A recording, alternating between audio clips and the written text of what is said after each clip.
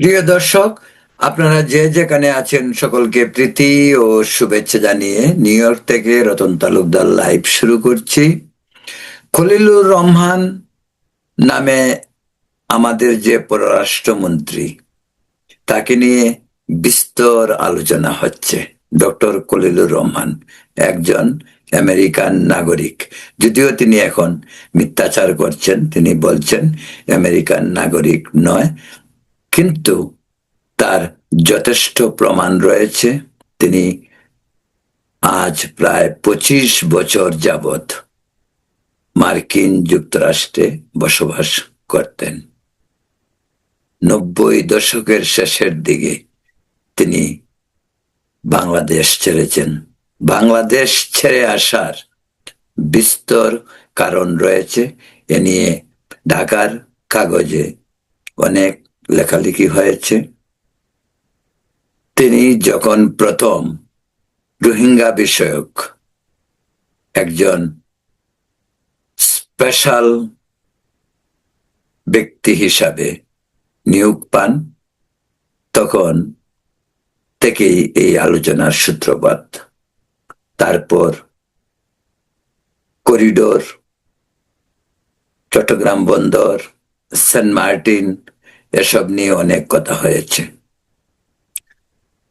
সম্প্রতি মাত্র কদিন আগেই তারেক রহমান তার মন্ত্রিসভা গঠন করেছেন। প্রবীণ নবীনের কলেবর মন্ত্রিসভায় লক্ষ্য করা যায়। মন্ত্রিসভা কয়েকজন মন্ত্রীকে বিতর্কিত মনে হলেও ওভারঅল সার্বিকভাবে তারেক রহমানের নেতৃত্বে যে মন্ত্রিসভা হলো তা প্রশংসনীয় বলা যেতে পারে। পররাষ্ট্রমন্ত্রী, প্রধানমন্ত্রী পর মন্ত্রী পরিষদে পররাষ্ট্রমন্ত্রী একটি গুরুত্বপূর্ণ মন্ত্রী হিসেবে মানুষ জানে। আমাদের বৈদেশিক নীতি, আমাদের সাধারণত যেটা আমাদের সাংবিধানিক রীতি, তাতে সকলের সঙ্গে বন্ধুত্ব, কারো সঙ্গে বৈরিতা নয়, এটাই আমাদের পররাষ্ট্রনীতির মূল মন্ত্র। সেই পররাষ্ট্রমন্ত্রীর মতো একটি গুরুত্বপূর্ণ মন্ত্রী একজন বিদেশি নাগরিক, এবং যিনি কখনো বিএনপির রাজনীতিও করেননি। যদিও প্রতিপক্ষ জামাতে ইসলামী, এনসিপি পর্যন্ত এখন বলছে, তাহলে খলিলুর রহমান কি গুপ্ত বিএনপি ছিলেন? ডক্টর ইউনূসের সরকারের একজন গুরুত্বপূর্ণ ব্যক্তি হিসেবে। প্রিয় দর্শক, খলিলুর রহমানের পররাষ্ট্রমন্ত্রী হওয়ার বিষয়টিকে আমি খুব কাকতালীয়ভাবে ঘটনা সূত্রপাত তা বলবো না। এ কারণেই বলবো না, বাংলাদেশের রাজনীতির যে বাস্তবতা, সেই বাস্তবতার দিকে আলোকপাত করলে একটি বিষয় খুব পরিষ্কার হয় যে এবার যে নির্বাচন হলো, সেই নির্বাচনে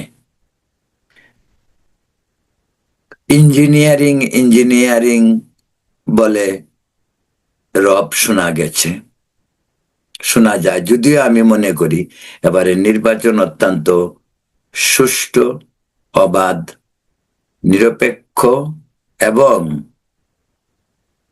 অন্য যে কোনো নির্বাচনের চেয়ে ভালো হয়েছে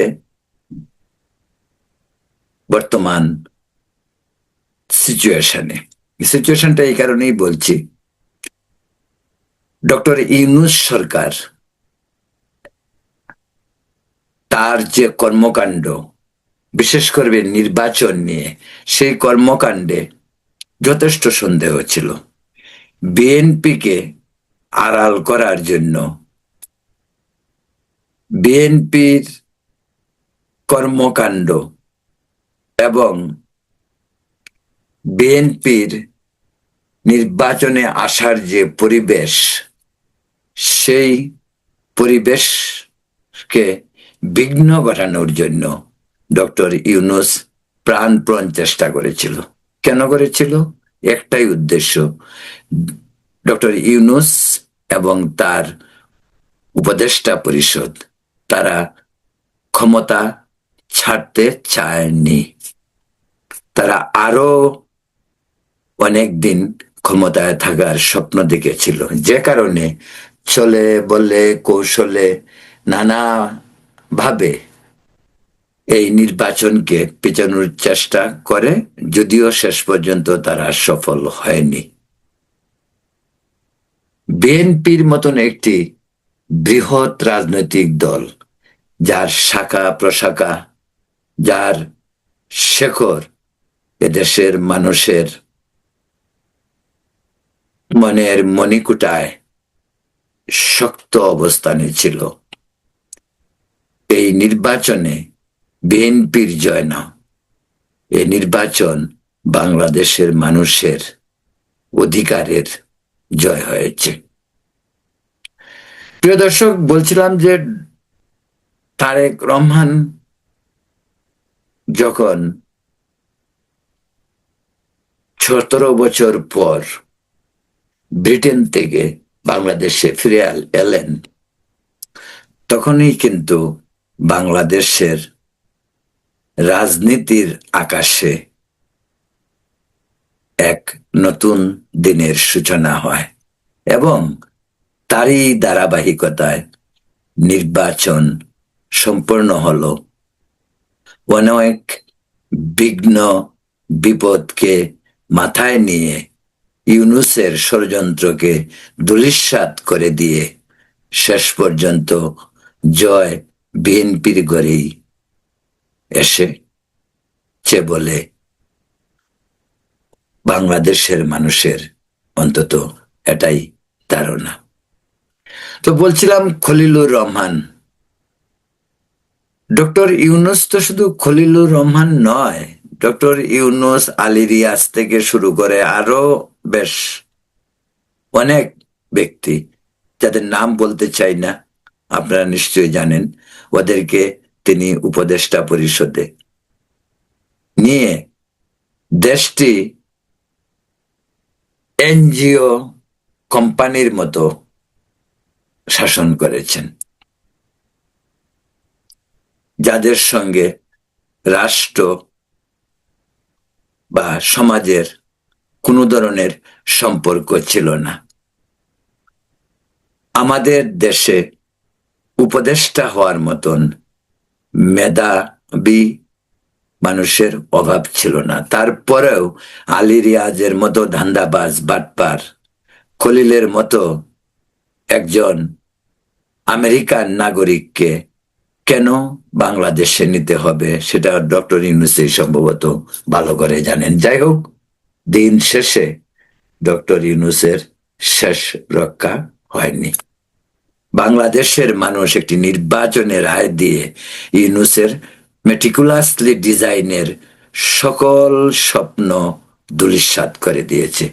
একটি কথা আপনাদেরকে বলতে হয়, সেটা হলো মেটিকুলাসি ডিজাইন কথাটি কিন্তু ডক্টর ইউনূসের এই কথা। জাতিসংঘে এসে তিনি বিল ক্লিন্টনের সঙ্গে তার সাঙ্গপাঙ্গদের পরিচয় করে দেওয়ার সময় তিনি নিজেই বলেছেন যে মেটিকুলাসলি ডিজাইনে এর যে আন্দোলন বাংলাদেশে হলো, তার মাস্টার মাইন্ড একজন ছাত্রনেতা, অর্থাৎ মাহফুজুর রহমানকে তিনি, মাহফুজুল আলম সম্ভবত তার নামটা, সরি, তাকে পরিচয় করিয়ে দিলেন। যাই হোক, এই মেটিকুলাসলি ডিজাইনের ধারাবাহিকতায় ডক্টর ইউনূসের 18 মাস এবং আলী রিয়াজ ও খলিলুর রহমান সহ যাদেরকে আমেরিকা থেকে আমদানি করা হয়েছিল তাদেরকে দিয়েই তিনি অনেক ষড়যন্ত্র করেছেন। কিন্তু এই খলিলুর রহমানই কেন একটি পররাষ্ট্র মন্ত্রীর মতন একটি গুরুত্বপূর্ণ মন্ত্রীর পদে তারেক রহমান বেছে নিলেন? তার পেছনের রহস্যটা কি? এ নিয়ে বিস্তর আলোচনা হচ্ছে বাংলাদেশে বিভিন্ন মহল থেকে। অনেক কেউ বিষয়টিকে স্বাভাবিকভাবে নেয়নি এবং তারেক রহমান তিনিও বোকা নন। তিনি নিশ্চয়ই জানেন খলিলুর রহমানকে মন্ত্রিসভায় নেওয়ার পর এটা নিয়ে আলোচনা হবে, বিরোধিতা হবে, অনেক নেগেটিভ আলোচনা সমালোচনা আসবে। সেটা জেনেই তারপরও তারেক রহমানকে পররাষ্ট্রমন্ত্রী হিসাবে খলিলুর রহমানকে নিতে হলো। খলিলুর রহমান কিন্তু কদিন আগে, দুদিন আগেই সাংবাদিকদের প্রশ্নের উত্তরে বলছেন আমাকে নেওয়া হয়েছে, আমি তো যাইনি, আমি তো চাইনি। অত্যন্ত বীরের মতো সে বলছে। আসলেও তো এর পিছনে, এর অন্তরালে হয়তো অন্য কোনো ধরনের ডিল রয়েছে, অন্য কোনো ধরনের সমঝোতা রয়েছে। সেটা হতে পারে বিদেশি শক্তির সাথে মধ্যস্থতা করার জন্য তাকে সেই দায়িত্ব দেওয়া হয়েছে বা তাকে সেই দায়িত্ব নেওয়া হয়েছে। এই বিএনপি খলিলুর রহমানকে যখন আনা হয় বাংলাদেশে এবং বাংলাদেশের প্রতিরক্ষা বিষয়ক উপদেষ্টা করার পর বিএনপি কিন্তু বেঁকে বসেছিল। বিএনপি একাধিকবার তার পদত্যাগ চেয়েছে। বিএনপি অভিযোগ করেছে বাংলাদেশের প্রতিরক্ষার বিষয়ে একজন বিদেশি নাগরিককে দায়িত্ব দেওয়ার অর্থ হলো বা আমাদের প্রতিরক্ষা বিষয়ে গোপনীয়তা হয়তো থাকবে না এবং সেটা জাতীয় নিরাপত্তার জন্য হুমকি হতে পারে। এমনকি বাংলাদেশের সেনাবাহিনী পর্যন্ত ডক্টর খলিলুর রহমানের নিয়োগকে সহজভাবে নেয়নি, যে কারণে ডক্টর খলিলুর রহমান পর্যন্ত ক্যান্টনমেন্টে যাওয়া তার জন্য দুষ্কর ছিল এবং সেনাবাহিনীর কোনো ঊর্ধ্বতন কর্মকর্তা বিষয়টি মানেনি এবং তাদের সঙ্গে সেনা প্রধান সহ নৌবাহিনী, বিমান বাহিনী, কোনো প্রতিরক্ষা বিষয়ে উচ্চপদস্থ কর্মকর্তা খলিলের সঙ্গে কোনোদিন কোনো বৈঠক করেনি। এর অন্যতম প্রধান কারণ ছিল আমাদের আইন শৃঙ্খলা রক্ষাকারী বাহিনী, সেনাবাহিনী, যারা জাতির অতন্দ্র প্রহরী, নৌবাহিনী, বিমান বাহিনী, তারা কিন্তু ডক্টর খলিলের নিয়োগকে সহজভাবে নেয়নি। যাই হোক, যেটা বলছিলাম যে কে এই খলিল? এই খলিল হলো, আগেই বলেছি, আমেরিকায় 25 বছরের বেশি আমেরিকায় বসবাসকারী। তিনি ছিলেন প্যারিসে বসে যে পিনাকি ভট্টাচার্য নামে যে ইউটিউব চ্যানেলের মানুষটি অনবরত দেশের বিভিন্ন ইস্যুতে গুজব ছড়াচ্ছে, অন্য অর্থে যে একবার আওয়ামী লীগ, তারপর আবার ইউনূস, তারপর বিএনপি, তারপর আবার জামাত, রং বদলায়। এখন নির্বাচনের আগ থেকেই তিনি আবার জামাতের পক্ষে, আবার এখন সেই জামাতের পক্ষ হয়ে অনবরত তারেক রহমান সহ সরকারের বিরোধিতা করে যাচ্ছেন। সবচেয়ে লজ্জাজনক বিষয়, এই পিনাকি ভট্টাচার্য খালেদা জিয়া যখন মৃত্যুসজ্জায়, তখনও সে বিভিন্ন আপত্তিকর বক্তব্য রেখেছে। তারেক রহমান নিয়েও অনেক বক্তব্য রেখেছে এবং কন্টিনিউ এখনো রাখছে। এই খলিলুর রহমান ছিলেন পিনাকি ভট্টাচার্যের সঙ্গী। কেন সঙ্গী বলছি? এই কারণে প্রতিনিয়ত তারা দুজনে মিলে ভিডিও করতেন। আপনারা যদি পিনাকির আগের ভিডিওগুলিতে যান, খলিলুর রহমানের সঙ্গে তার যে ভিডিওগুলি আছে, সেই পুরনো ভিডিওগুলি যদি দেখেন তাহলে আপনি বুঝতে পারবেন। আমি একটি ভিডিও দেখেছিলাম, সেটার প্রসঙ্গটা বলতে চাচ্ছি। একটি ভিডিওতে পিনাকি এবং খলিলুর রহমান, পিনাকি খলিলুর রহমানকে বলছেন যে 24-এর যে আন্দোলন, সেই আন্দোলনের যে রথে চড়ে আমরা আন্দোলন করেছি, সেই আন্দোলনে আপনি ছিলেন কৃষ্ণ, মানে শ্রীকৃষ্ণ, আর তিনি ছিলেন অর্জুন। অর্থাৎ সে বুঝাতে চাচ্ছে যে কুরুক্ষেত্রের যুদ্ধে, মহাভারতের, শ্রীকৃষ্ণ এবং অর্জুন দুজনে যেভাবে যুদ্ধ পরিচালনা করেন, আমাদের দেশে 24-এর যে তথাকথিত বিপ্লব হয়ে গেল, সেই বিপ্লবেও নাকি পিনাকি এবং খলিলুর রহমান তারা দুজনেই ছিলেন যুদ্ধ পরিচালনার মূল খান্ডারি। পিনাকি খলিলুর রহমানকে বলছে আপনি শ্রীকৃষ্ণ, খলিলুর রহমান পিনাকিকে বলছে আপনি তো, আমি কৃষ্ণ হলে আপনি তো অর্জুন। এই হলো সেই খলিলুর রহমান। পুরনো ভিডিওগুলি যদি পিনাকির সাইডে গিয়ে দেখতে পারেন, সেখানে সেই ভিডিওটি বোধহয় এখনো রয়েছে।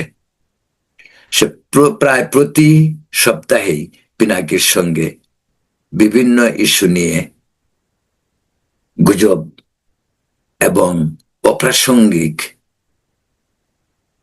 বিভিন্ন ইস্যুকে ইতিহাস বিকৃতির মাধ্যমে মানুষকে উত্তেজিত করেছে। প্রিয় দর্শক, তো বলছিলাম খলিলুর রহমান নিয়ে, কিন্তু তারপরেও খলিলুর রহমান কেন আমাদের পররাষ্ট্রমন্ত্রী? আপনাদের নিশ্চয়ই মনে আছে,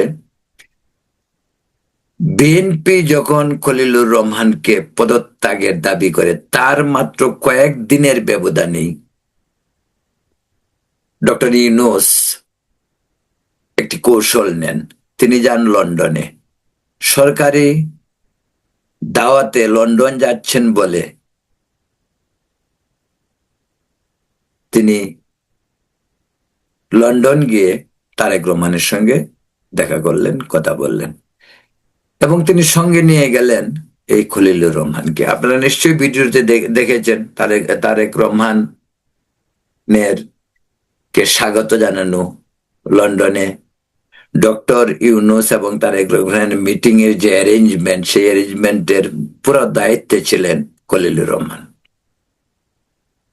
সেখানে কি হয়েছে কখনোই কেউ জানে না, না বিএনপি না ডক্টর ইউনূস সরকারের পক্ষ থেকে কোনো ধরনের বক্তব্য রাখা হয়নি। বিএনপি যেভাবে খলিলুর রহমানের বিরোধিতা করতেছিল, লন্ডন সফরের পর সেটাও যেন একেবারে চুপ হয়ে গেল।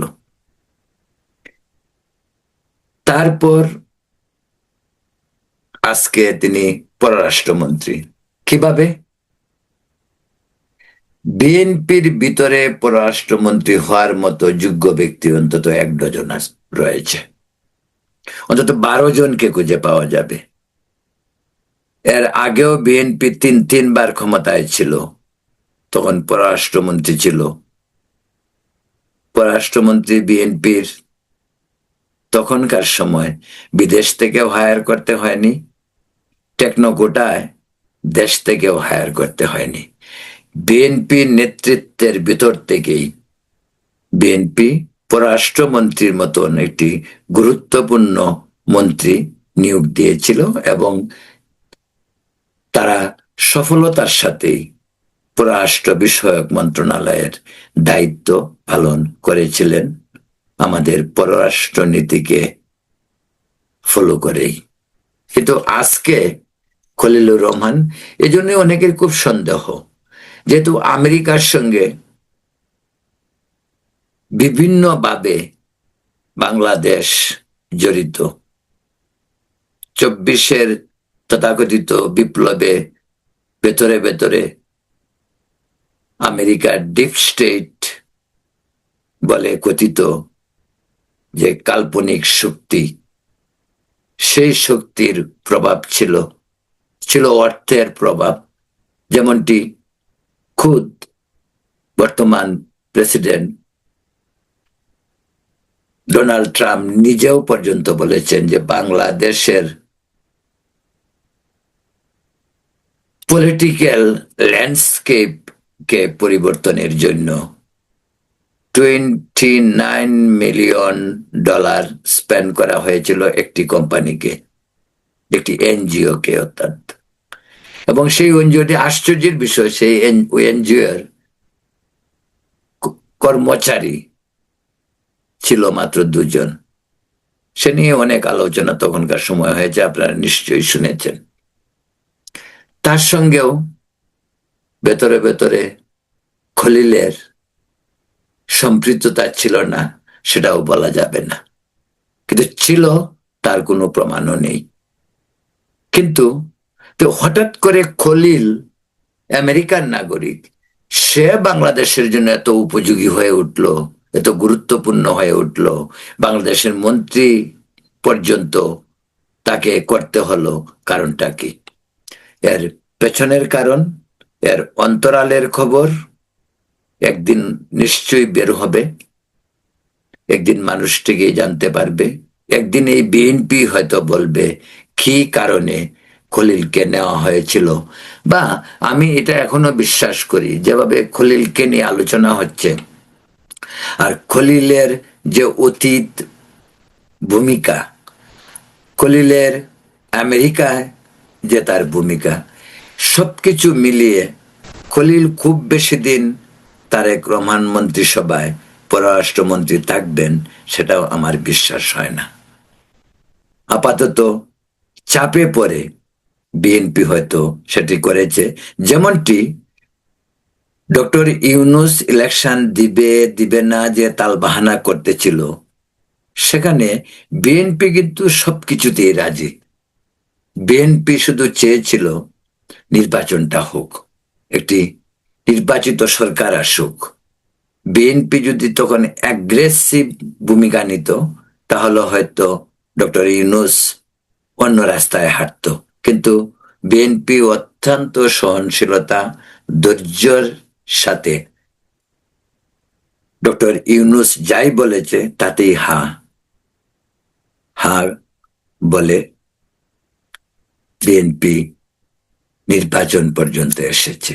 আপনাদের নিশ্চয়ই মনে আছে, এই নির্বাচনের আগে বিএনপি হা বা না ভোট নিয়ে কিন্তু তেমন কিছু বলেনি। শেষ পর্যন্ত নির্বাচনের মাত্র 2-3 দিন আগে তারেক রহমানকে হা ভোট দেওয়ার জন্য বলতে হয়েছে, বা তিনি বাধ্য হয়েছেন সার্কামস্টেন্সের কারণে, সেটাও আপনারা নিশ্চয়ই জানেন। অথচ এই হা বা না ভোটের সাথে বিএনপি তেমন একমত ছিল না। জুলাই সনদ নামে কথিত যে সনদ আলী রিয়াজ, আরেকজন মহাপণ্ডিত, যে করেছিলেন, এবং লক্ষ লক্ষ ডলার বৈদেশিক মুদ্রা তারা অপচয় করেছে ঢাকায় বসে, তার ইতিহাসও নিশ্চয়ই আপনারা জানেন, পত্রপত্রিকায় দেখেছেন। সেই জুলাই সনদে বিএনপি কিন্তু অনেক বাধা দেওয়ার চেষ্টা করেছে।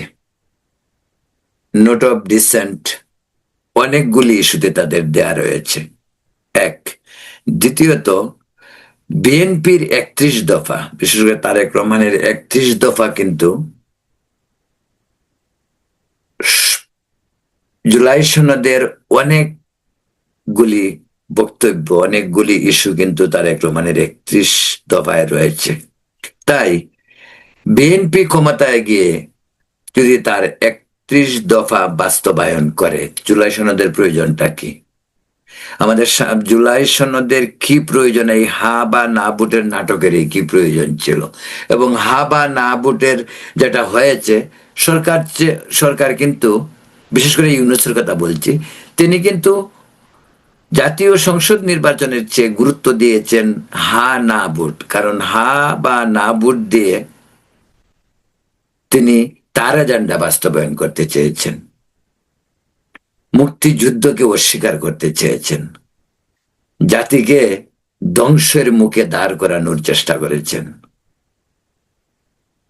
এই হা বা না ভোটের সরাসরি সরকারের পক্ষ থেকে প্রচারণা করা হয়েছে, যে বিষয়টি অত্যন্ত আপত্তিকর, যে কারণে নির্বাচন কমিশন একবার সরকারকে দণ্ডনীয় অপরাধ বলেছে যারা হা ভোটের পক্ষে প্রচারণা চালিয়েছে। প্রিয় দর্শক, বলছিলাম যে এই যে হা ভোট কাদের তৈরি? আলী রিয়াজ সহ সমন্বয়কদের ধান্দা ছিল সেটা। কারণ হা ভোটের মাধ্যমে সংবিধান পরিবর্তন করে 71কে ভুলিয়ে দেওয়ার, 71-এর চেতনাকে ভুলুণ্ঠিত করার ছিল ষড়যন্ত্র। এই হা ভোটের মাধ্যমে ইতিহাস পাল্টে দেওয়ার ষড়যন্ত্র করেছিল আলী রিয়াজ, ডক্টর খলিল সহ এই এনজিও গ্রামের যে সরকার ছিল তারা। ডক্টর ইউনূস নিজেও বিদেশিদের প্ররোচনায়, নিজের স্বার্থে এসব বিষয়কে গুরুত্ব দিয়েছেন এবং বিদেশ থেকে আমদানি করা তার সহযোগীদের নিয়ে 18 মাসের শাসনে পুরো দেশকে এক নৈরাজ্যের রাজত্ব, মগের মুল্লুক কায়েম করেছিল। মবক্রেসি থেকে শুরু করে যত ধরনের অন্যায়, অবিচার, লুণ্ঠন, দুর্নীতি সবকিছুই তার সরকারের আমলে হয়েছে। পাশাপাশি তিনি নিজে সমস্ত মামলা থেকে মুক্ত হয়েছেন। 600-650 কোটি টাকার ট্যাক্স মওকুফ করেছেন, বিশ্ববিদ্যালয়ের লাইসেন্স নিয়েছেন, আদম আমদানি, আদম পাচার লাইসেন্স নিয়েছেন। এইগুলি ডক্টর ইউনূস করেছেন, যে কারণে আজকে এই ইউনূসের বিচার হওয়া উচিত। ইউনূসের বিচার শেখ হাসিনার মতোই করা উচিত। কারণ ইউনূস ক্ষমতা নেওয়ার পর বাংলাদেশে হাজারের উপর মানুষ হত্যা করা হয়েছে, পুলিশ সহ। ইউনূস ক্ষমতা নিয়েছেন 8 আগস্ট 2024। সেই থেকে নির্বাচনের দিন পর্যন্ত বাংলাদেশে মারা গেছেন 1000-এর উপর।